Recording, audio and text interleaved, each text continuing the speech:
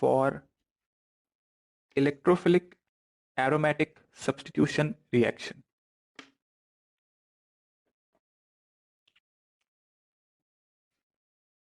इसको SE reaction भी कह देते हैं, reactivity order for SE, that is electrophile का अटैक होगा और रिएक्शन सब्स्टिट्यूशन टाइप की है। सबसे पहले mono substituted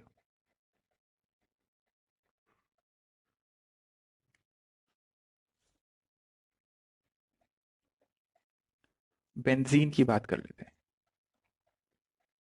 mono substituted benzene में ये देखने को मिलेगा हमें that if benzene has a electron releasing group, now this electron releasing group can be due to plus M, a plus I, or hyperconjugation.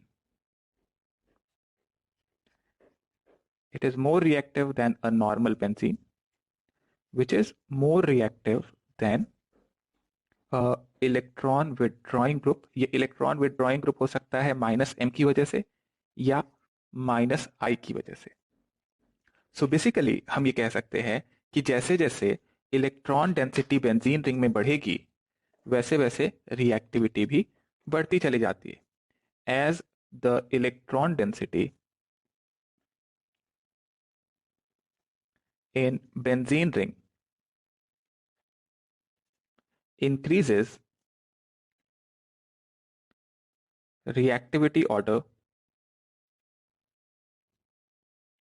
increases।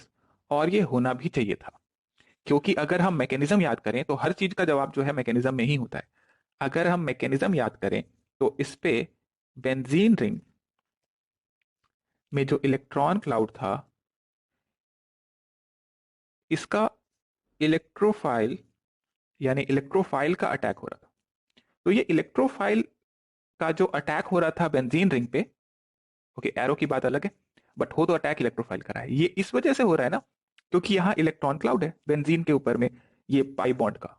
तो अगर आप इसके ऊपर एक ग्रुप लगा देते हो G, जो अगर इलेक्ट्रॉन यहाँ पंप कर रहा है अंदर, तो इलेक्ट्रॉन डेंसिटी और बढ़ेगी, और जितनी इलेक्ट्रॉन डेंसिटी बढ़ेगी बेंजीन रिंग में उतना ही इलेक्ट्रोफाइल अट्रैक्ट होगा, बिकॉज इलेक्ट्रोफाइल इलेक्ट्रॉन डिफिशियंट था और बेंजीन रिंग पे इलेक्ट्रॉन का क्लाउड था, तो इलेक्ट्रोफाइल का अटैक होगा जहां पे इलेक्ट्रॉन होगा। और इसी वजह से हम ये कह सकते हैं कि अगर मैं किसी तरीके से बेंजीन पे इलेक्ट्रॉन क्लाउड बढ़ा दूं तो इलेक्ट्रोफाइल का अटैक फास्ट हो जाना चाहिए। या इसका उल्टा, अगर एक ग्रुप लगा के G लगा के इलेक्ट्रॉन बाहर निकाल ले बेंजीन रिंग से, तो बेंजीन पे इलेक्ट्रॉन क्लाउड डिक्रीज हो जाएगा और उसकी वजह से इलेक्ट्रोफाइल का अट्रैक्शन कम हो जाएगा, बिकॉज ये इलेक्ट्रॉन क्लाउड ही अट्रैक्ट कर रहा है इलेक्ट्रोफाइल को। Basically opposite charges attract each other वाला कंसेप्ट आप उसके जैसा सोच सकते हो, बट इलेक्ट्रोफाइल पे जरूरी नहीं है कि पॉजिटिव चार्ज हो, तो इस बात का ध्यान रखना है। तो इलेक्ट्रोफाइल के अटैक के बाद तो इधर EH इस तरीके का मान लेते हैं हम लोग, कुछ बन जाएगा और प्लस चार्ज यहाँ कहीं पे आ गया लेट्स से। बाकी आगे की कहानी तो जो भी बनेगी वो बनेगी कि H प्लस हट जाएगा और उसके बाद फिर वापस से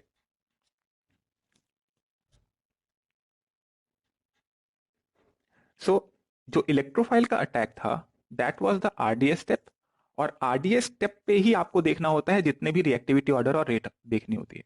तो इस RDS स्टेप के लिए आपने देखा कि इलेक्ट्रोफाइल का अटैक तब तेज हो जाता है जब ग्रुप इलेक्ट्रॉन रिलीजिंग ग्रुप हो, जबकि एक इलेक्ट्रॉन विड्रॉइंग ग्रुप होगा तो इलेक्ट्रॉन क्लाउड कम होगा बेंजीन पे और रिएक्टिविटी उतनी ही कम हो जाएगी। अब अगर ग्रुप्स कंपेयर करना है तो आप इलेक्ट्रॉन रिलीजिंग ग्रुप में ऐसे समझें, जो ज्यादा इलेक्ट्रॉन रिलीज करेगा वो मोर रिएक्टिव हो जाएगा, और इलेक्ट्रॉन विड्रॉइंग ग्रुप में जो ज्यादा इलेक्ट्रॉन विड्रॉ करेगा वो लेस रिएक्टिव होता चला जाएगा। ओके, सो इलेक्ट्रॉन रिलीजिंग ग्रुप में अगर मैं ऑर्डर कंपेयर कर लूं, नोट कर लिया यहां तक?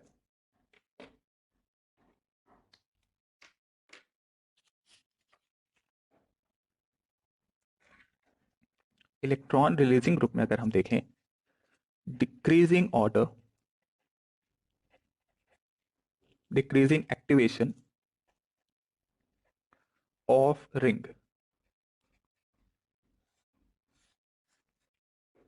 Decreasing activation of ring. So सबसे ज्यादा O माइनस में होगा, because O minus plus I and plus M लगाता है। जो हमने प्लस एम का ऑर्डर लिखा था वही आ रहा है, नोट करो। देन NHR आता है, देन आएगा NR2, OH, OR,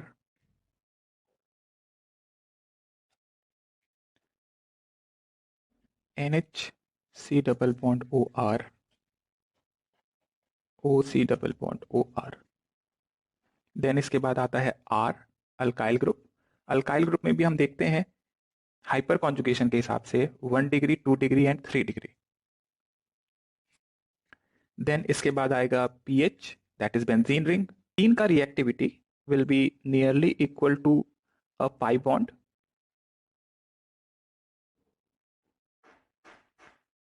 pH is nearly equal reactivity to.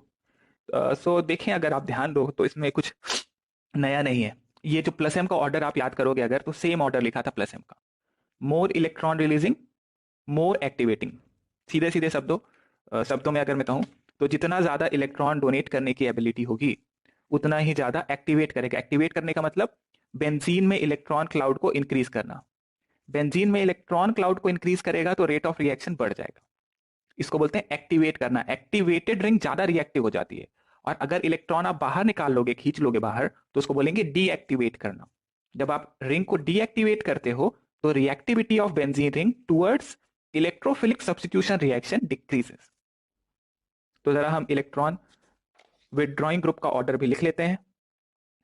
Electron withdrawing group, ये भी मैं डिक्रीजिंग ऑर्डर में लिख रहा हूं। डिक्रीजिंग डीएक्टिवेशन ऑफ रिंग, यानी कि जो मैं सबसे पहले लिख रहा हूं वो सबसे ज्यादा डीएक्टिवेटिंग है, और जो मैं बाद में लिखूंगा वो कम डीएक्टिवेटिंग। ये माइनस एम के और माइनस आई के ऑर्डर के हिसाब से लिख रहा हूं मैं। तो सबसे इलेक्ट्रॉन विदड्रॉइंग ग्रुप जो है वो NR3+ है। उसके बाद आता है NH3+, then NO2, very strong minus M, then SO3H, then C triple bond N, CHO, CHO के बाद आता है aldehyde C double bond OR, then acid C double bond OOH, then C double bond ONH2, and this is the order of electron withdrawing group.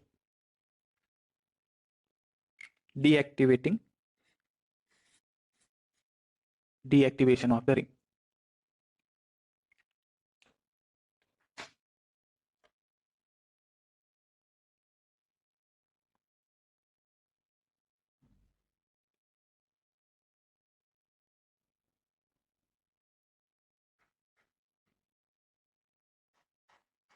Okay,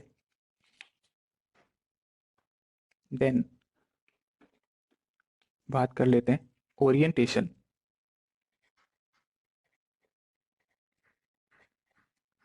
of monosubstituted benzene.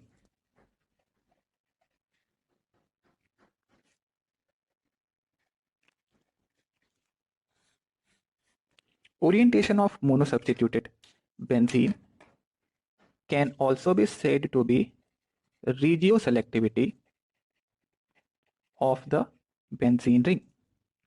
Now, in this case, अगर हमारे पास benzene पे एक group G लगा हुआ है, और ये group G जो है इसके पास लोन पेयर ऑफ इलेक्ट्रॉन है, इसका मतलब इसके पास प्लस एम इफेक्ट है, तो इलेक्ट्रोफाइल का जो अटैक होगा वो देखने को मिलेगा आपको कि G के रेस्पेक्ट में इलेक्ट्रोफाइल या तो ऑर्थो पोजीशन पे अटैक करेगी, एंड पैरा, मतलब ऑर्थो पैरा मिलेगा हमें, ऑर्थो एंड पैरा, दो प्रोडक्ट मिलेंगे, ऑर्थो एंड पैरा। अगर एक अल्काइल ग्रुप लगा हो बेंजीन से R और इलेक्ट्रोफाइल का अटैक होगा, तो R ग्रुप अगर बेंजीन पे लगा है तो भी बेंजीन ऑर्थो पैरा डायरेक्टिंग हो गया। ऑर्थो पैरा डायरेक्टिंग होने का मतलब ये हुआ कि अब ये अपना रीजन बता रहा है कि ऑर्थो और पैरा पे ही अटैक होगा अगर एक्टिवेटिंग ग्रुप लगा हुआ है तो। थर्ड, अगर बेंजीन से एक इलेक्ट्रॉन विथड्रॉइंग ग्रुप लगा है जो कि -m और -I है,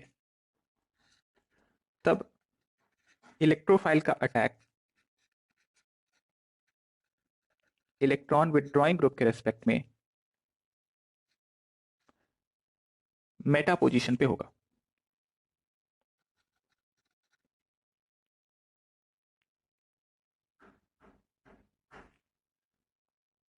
दैट मीन्स अगर एक्टिवेटिंग ग्रुप लगा हुआ है तो ऑर्थो पैरा डायरेक्टिंग होगा, और अगर डीएक्टिवेटिंग ग्रुप लगा हुआ है तो उस केस में मेटा पे ही अटैक होगा। इसको बोलते हैं regioselectivity of monosubstituted benzene ring, यानी बेंजीन पे अटैक इलेक्ट्रोफाइल का कहां होगा, ऑर्थो मेटा पैरा, 3 पोजीशन थे, उसमें किस पे अटैक होगा वो डिसाइड करता है कि ग्रुप जो लगा हुआ है बेंजीन से वो कौन सा है, क्या वो एक्टिवेटिंग है या वो डीएक्टिवेटिंग है। पहले तो हमें ये समझ लोन पेयर है, यानी कि प्लस एम ग्रुप, उस केस में ऑर्थो पैरा डायरेक्टिंग होगा, याद रखना है अपने को। अगर आर ग्रुप है which is a alkyl group जिसमें प्लस आई और हाइपर कॉन्जुगेशन, तो ortho para directing. Electron withdrawing group है, माइनस है माइनस आई, इलेक्ट्रॉन विदड्रॉइंग है, तो मेटा डायरेक्टिंग होगा। और इसके अलावा एक केस अगर और बता दूं मैं, अगर बेंजीन पे एक्स लगा हुआ है, वे एक्स इज अ हैलोजन जो कि माइनस आई ग्रेटर देन प्लस एम है, तो इसमें इलेक्ट्रोफाइल का attack will be ortho and para directing. Ortho para directing. तो पहला मैं एक्टिवेटिंग के लिए बता देता हूं, यानी इलेक्ट्रॉन रिलीजिंग ग्रुप के लिए हम देख रहे हैं, जैसे कि इलेक्ट्रॉन रिलीजिंग में मान लो एक OH लेके शुरू किया, सो बेंजीन पे OH लगा हुआ था और इस पे अब इलेक्ट्रोफाइल का अटैक हुआ, तो ये ऑर्थो पैरा डायरेक्टिंग ही क्यों हुआ ये समझना चाहते हैं। अगर हम पहला रीजन देखें, रेजोनेटिंग स्ट्रक्चर्स ऑफ फिनॉल, एक, देन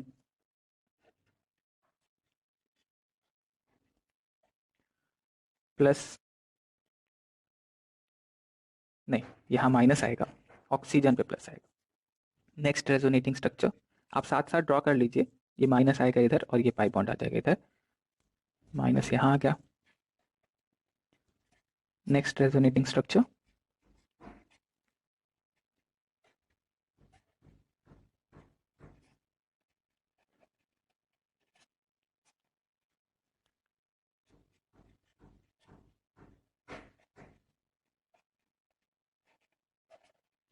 सो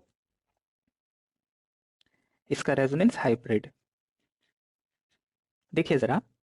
रेजोनेंस हाइब्रिड अगर आप देखना चाहते हो तो negative charge, overall there is a delocalization of electron, OH यहाँ पे पार्शियल बॉन्ड आएगा और नेगेटिव चार्ज आ रहा है ऑर्थो पैरा और ऑर्थो पे। देखिए नेगेटिव चार्ज, एक नेगेटिव चार्ज यहाँ, एक नेगेटिव, तो रेजोनेंस हाइब्रिड में इन सबको मिला के जब बनाए तो हाइब्रिड में नेगेटिव चार्ज आ रहा है ऑर्थो पोजीशन पे एंड पैरा पोजीशन पे।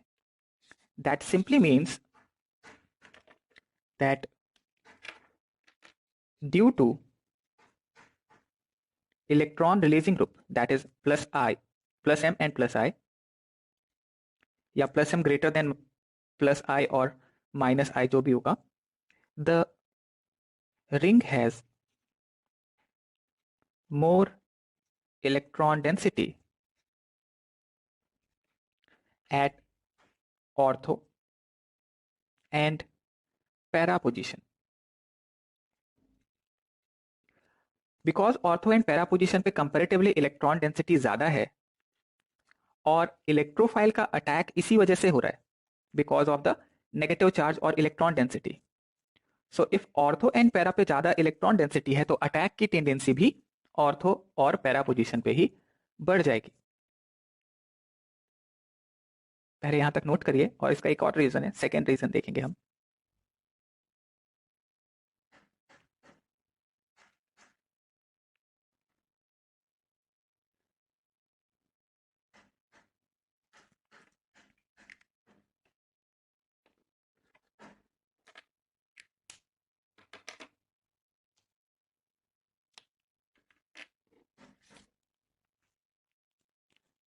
स्टेबिलिटी ऑफ अरेनियम आयन, यानी कि कार्बोकैटायन की स्टेबिलिटी से भी आप देख सकते हैं आपका इंटरमीडिएट जितना ज्यादा स्टेबल होगा उतना ही ज्यादा रेट ऑफ रिएक्शन भी बढ़ जाएगा। सो बेंजीन पे अगर OH लगा है, दैट इज फिनॉल, और इस पे इलेक्ट्रोफाइल का अटैक हुआ, तो इलेक्ट्रोफाइल के अटैक के बाद पाई बॉन्ड का अटैक होगा। तो पाई बॉन्ड के अटैक के बाद ई लगा यहाँ पे, तो मैं ऐसे कह सकता हूँ कि OH का ये जो पाई बॉन्ड था, ये एक तरीके से यहाँ माइनस और यहाँ प्लस इस तरीके से शिफ्ट हो गया। पाई बॉन्ड जो था वो माइनस और प्लस में टूट गया। तो ई लगा यहाँ, OH यहाँ, तो OH पे आ जाएगा प्लस, और ये आ गया पाई बॉन्ड। अगर इलेक्ट्रोफाइल का अटैक पैरा पोजीशन पे होता, तब उस केस में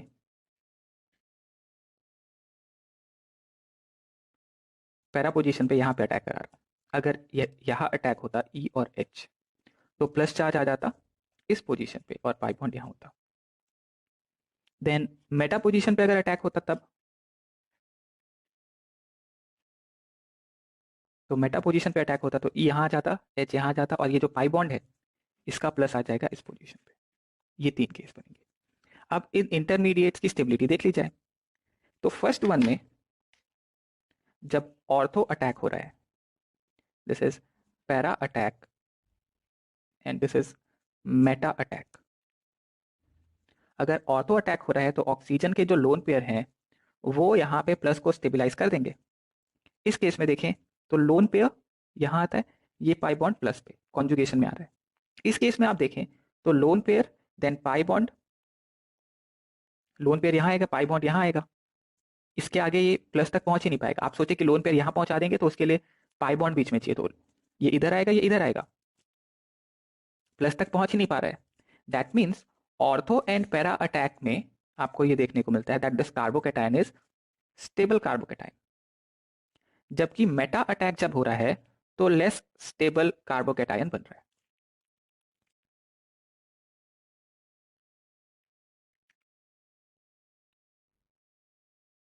ओके, तो कार्बोकैटायन की स्टेबिलिटी अगर हम देखें तो ऑर्थो पैरा पे ज्यादा है, और अगर हम नेगेटिव चार्ज देखें तो वो भी ऑर्थो पैरा पे ज्यादा था। तो इन दो कारणों से हम ये कह सकते हैं that electron releasing group, activating group have more electron density at ortho and para position, and the carbocation formed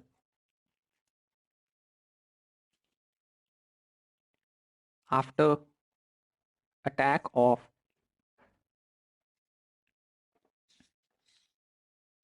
electrophile is more stable. So electron releasing group are ortho para directing. Electron releasing group are ortho para directing, ये एक important statement है जितने भी activating groups होंगे।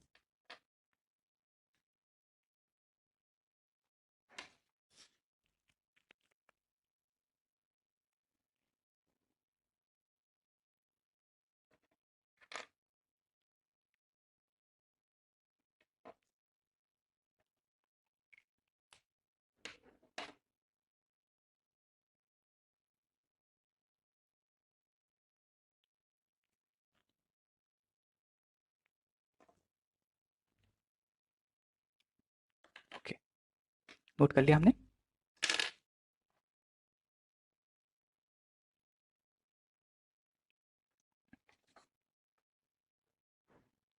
ना दूसरा case हम देखते हैं इलेक्ट्रॉन विथड्रॉइंग ग्रुप को।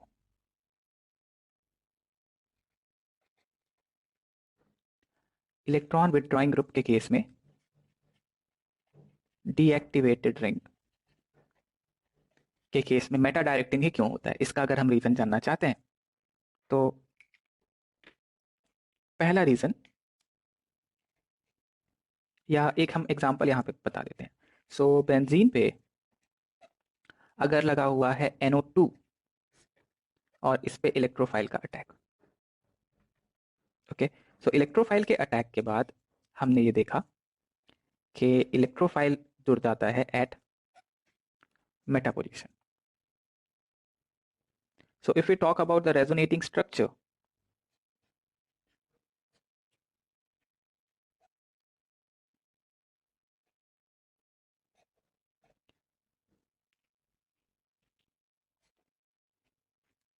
so pi bond इधर शिफ्ट होता है, NO माइनस एक रेजोनेटिंग स्ट्रक्चर और यहां आ जाएगा प्लस, और फिर आप इसके और रेजोनेटिंग स्ट्रक्चर बनाते जाएंगे।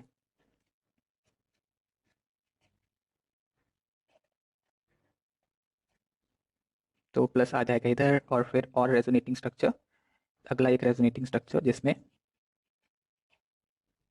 प्लस इस पोजीशन पे आता है NO माइनस, एंड लास्ट में एंड कोऑर्डिनेट बॉन्ड। ये बन गया इनका resonance hybrid.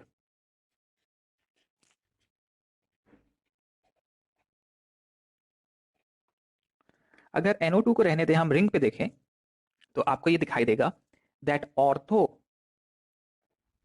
And para position पे, ऑर्थो एंड पैरा देखिए, ऑर्थो एंड पैरा पोजीशन पे रेजोनेटिंग स्ट्रक्चर्स में पॉजिटिव चार्ज डेवलप हुआ, यानी कि रेजोनेंस हाइब्रिड में भी आपको पॉजिटिव चार्ज डेवलप होता हुआ दिखाई देगा at ortho and para position.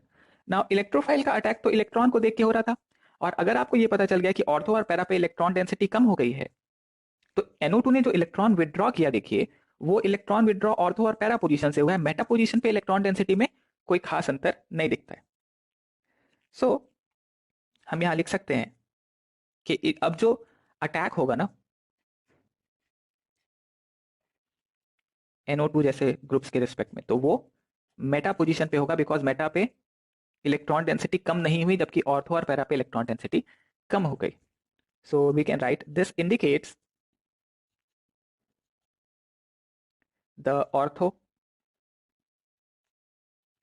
And para position are electron deficient. Ortho and para position are electron deficient. The two meta position are relatively rich in electron density.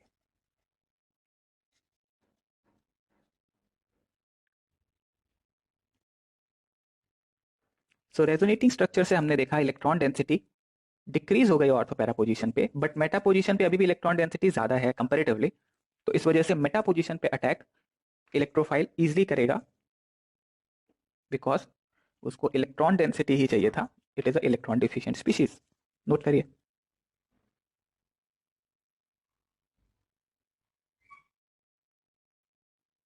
और इसका carbocation की stability से भी देखा जा सकता है इसको।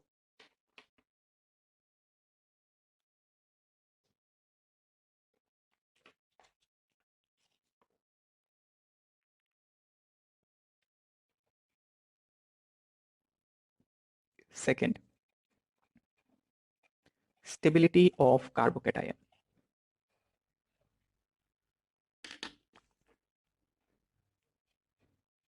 नाउ तीनों पोजीशन पे अटैक करके देख लेते हैं। सो अगर इलेक्ट्रोफाइल का अटैक ऑर्थो पोजीशन पे होता, तो बन जाता ई एच और यहां प्लस आ जाएगा। पैरा पे अगर होता तो बनेगा पाई बॉन्ड, यहां प्लस आ जाएगा इधर E H pi bond. Then meta पे अगर अटैक हो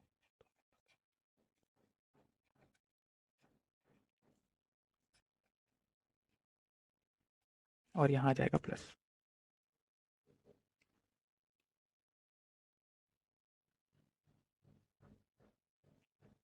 सो देखिए NO2 जो था वो तो -m एंड -i था, तो ये तो इलेक्ट्रॉन खुद विड्रॉ करने को बैठा हुआ है। तो इसमें अगर आपने प्लस चार्ज बिल्कुल NO2 के बगल में आ गया तो ये खुद इलेक्ट्रॉन विड्रॉ कर रहा है और प्लस उसके बगल। सो यहां पे स्टेबिलिटी का डिक्रीज हो जाना है ड्यू टू दिस। ऑल्सो अगर प्लस आ रहा है इस पोजीशन पे तो NO2, अच्छा NO2 का स्ट्रक्चर याद है ना, N double bond O and O, तो ये तो इलेक्ट्रॉन विड्रॉ करने बैठा है, ऑक्सीजन पे इलेक्ट्रॉन पुल करना चाह रहा है।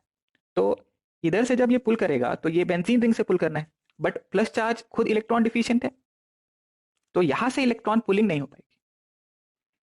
सो ऑर्थो अटैक, पैरा अटैक, इन दोनों केस में जो कार्बोकैटायन बन रहे हैं वो कार्बोकैटायन -i -m के करीब आ गए और इस वजह से इनकी स्टेबिलिटी कम हो जाएगी। तो इसको बोल सकते हैं डीस्टेबिलाइज्ड कार्बोकैटायन।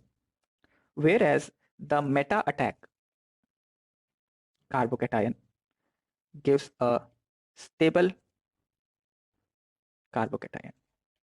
क्यों? बिकॉज इस NO2 के रेस्पेक्ट में ये पाई बॉन्ड कॉन्जुगेशन, ये प्लस चार्ज जो है ये NO2 के कॉन्जुगेशन में नहीं आ रहा, तो इलेक्ट्रॉन विदड्रॉइंग NO2 के कॉन्जुगेशन में नहीं आ रहा तो स्टेबल हो जाएगा। भाई सीधा सीधा हिसाब याद रखो, अगर अभी भी कंफ्यूजन है तो electron withdrawing group negative charge को पुल कर सकता है, इलेक्ट्रॉन रिलीजिंग ग्रुप के कॉन्जुगेशन में अगर प्लस चार्ज आएगा तो स्टेबिलिटी बढ़ेगी बिकॉज इलेक्ट्रॉन रिलीजिंग डोनेट करता है। ये दोनों केस स्टेबिलाइज वाले। लेकिन अगर इलेक्ट्रॉन विदड्रॉइंग ग्रुप के कॉन्जुगेशन में प्लस आ गया तो इलेक्ट्रॉन विदड्रॉइंग खुद विदड्रॉ कर रहा है, प्लस खुद electron deficient. Similarly electron releasing group के कॉन्जुगेशन में अगर नेगेटिव चार्ज आ गया तो ये दोनों केस अनस्टेबल कर देंगे केस, और ये अनस्टेबल कर देंगे। तो ये हमारा ऑर्थोपैरा जो है अनस्टेबल केस है, लेकिन मेटा में कॉन्जुगेशन में ना आने की वजह से स्टेबिलिटी ज्यादा हो जाएगी।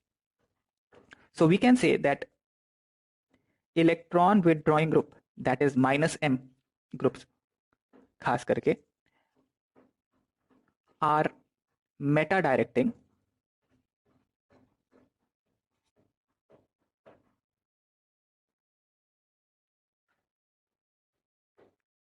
Due to these two reasons जो हमने अभी देखा, स्टेबिलिटी ऑफ कार्बोकैटायन और resonating structure of the benzene and deactivating.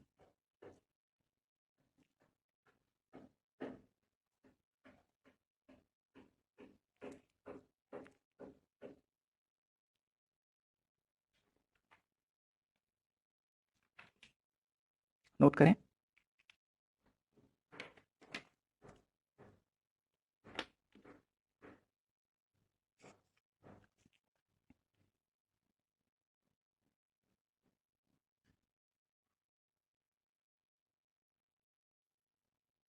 So third case,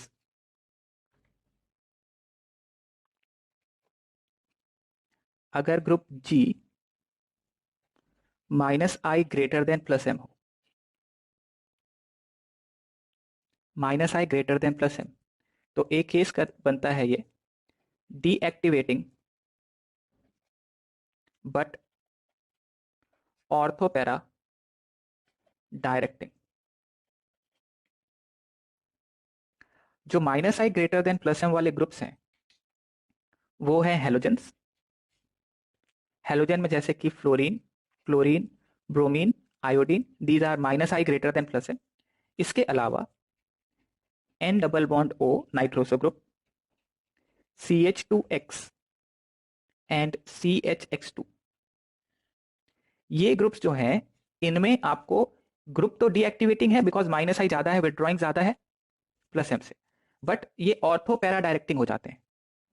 that means अगर मैं ड्रॉ करके बताऊं तो बेंजीन पे मान लीजिए एक एक्स ग्रुप लगा हुआ है जो कि एक हैलोजन है, इस पे इलेक्ट्रोफाइल का अटैक होना है। तो मेजर प्रोडक्ट जो बनता है that is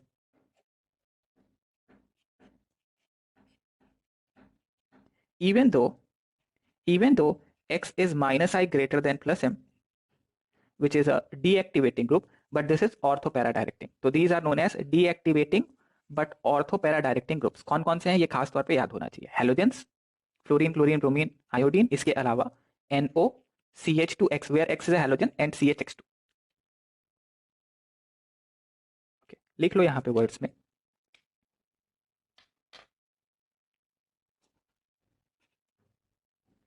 ARX, halobenzene have deactivated ring, but the halogens are ortho para directing effect.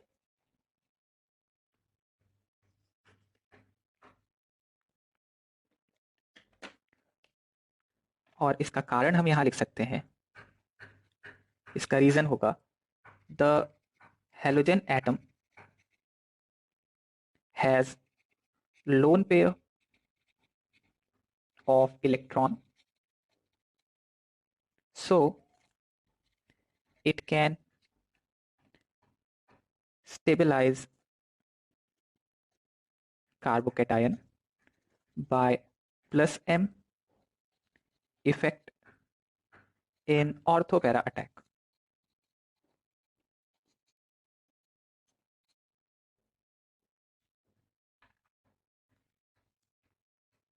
और इसको अगर हम देखना चाहते हैं तो हमको कार्बोकैटायन की स्टेबिलिटी से इसको ऑब्जर्व करना पड़ेगा। नोट करिए जल्दी से, मैं स्टेबिलिटी दिखाता हूं।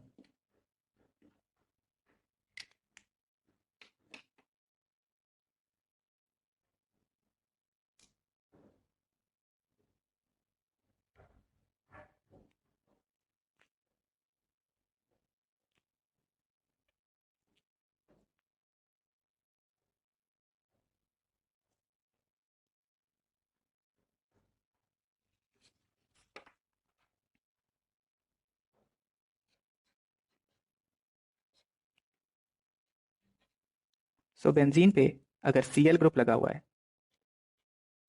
और ये पाई बॉन्ड और इलेक्ट्रोफाइल का अटैक, अब इंटरमीडिएट जो बनेगा ऑर्थो अटैक पे EHN plus, and para attack पे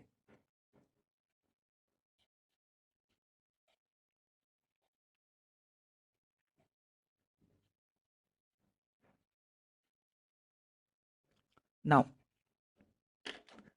chlorine has a pair of electron. This pair of electron can stabilize this plus charge due to the plus M effect of chlorine. Also in this case again chlorine has a pair of electron, देखो ये इधर आएगा pair और pi bond इधर आ जाएगा। That means again conjugation से plus M effect से आप लोन पेयर से स्टेबिलाईज कर सकते हो। तो ऑर्थो पैरा अटैक जब होगा, this is ortho attack and this is para attack. So ortho attack and para attack में प्रोडक्ट पे अगर मैं आऊं तो ClE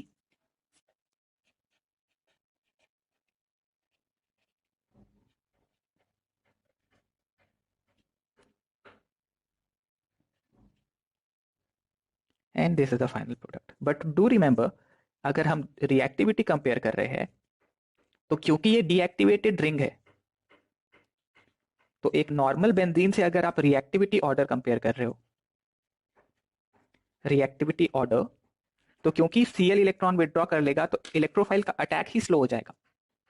क्यों स्लो हो जाएगा? बिकॉज बेंजीन पे इलेक्ट्रॉन क्लाउड कम हो गया, डीएक्टिवेटेड हो गया। तो रिएक्टिविटी ऑर्डर वाइज देखेंगे तो benzene is more reactive than halobenzene. But अगर हम बात करें ओरिएंटेशन की,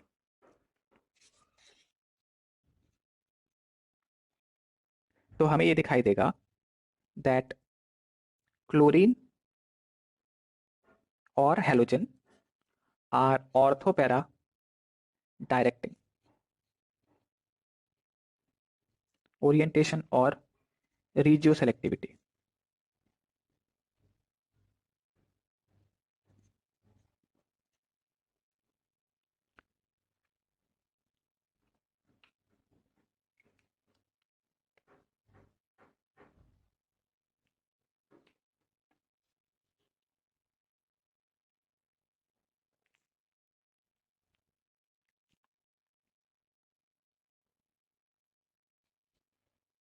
नोट करो।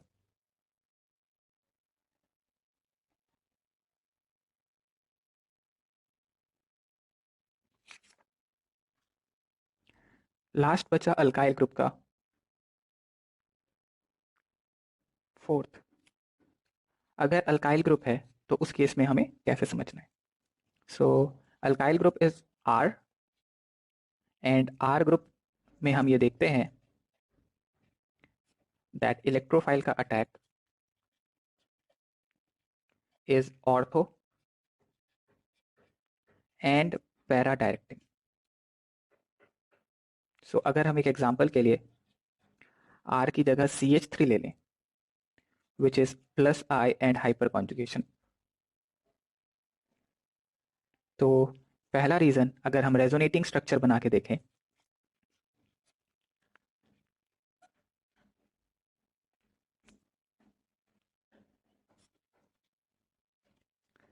सिग्मा बॉन्ड इधर, सो हाइपर कॉन्जुगेटिंग स्ट्रक्चर्स बोल सकते हो आप इसको।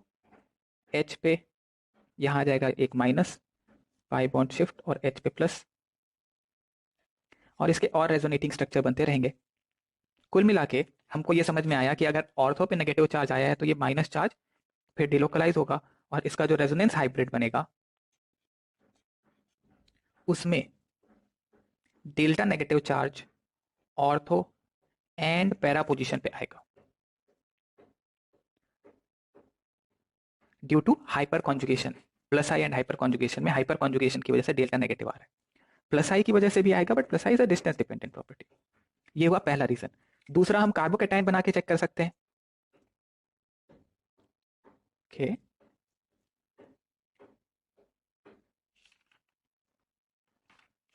नोट करिए यहां तक। तो we can write R has due to R benzene ring has more electron density at ortho and para position.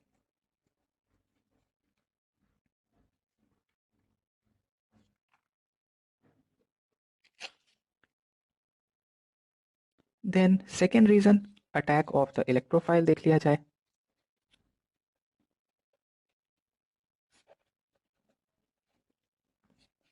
So if there is ortho attack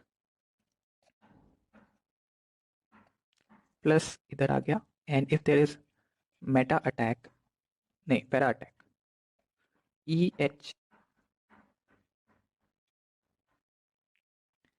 and third, अगर हम मेटा अटैक भी देख लें,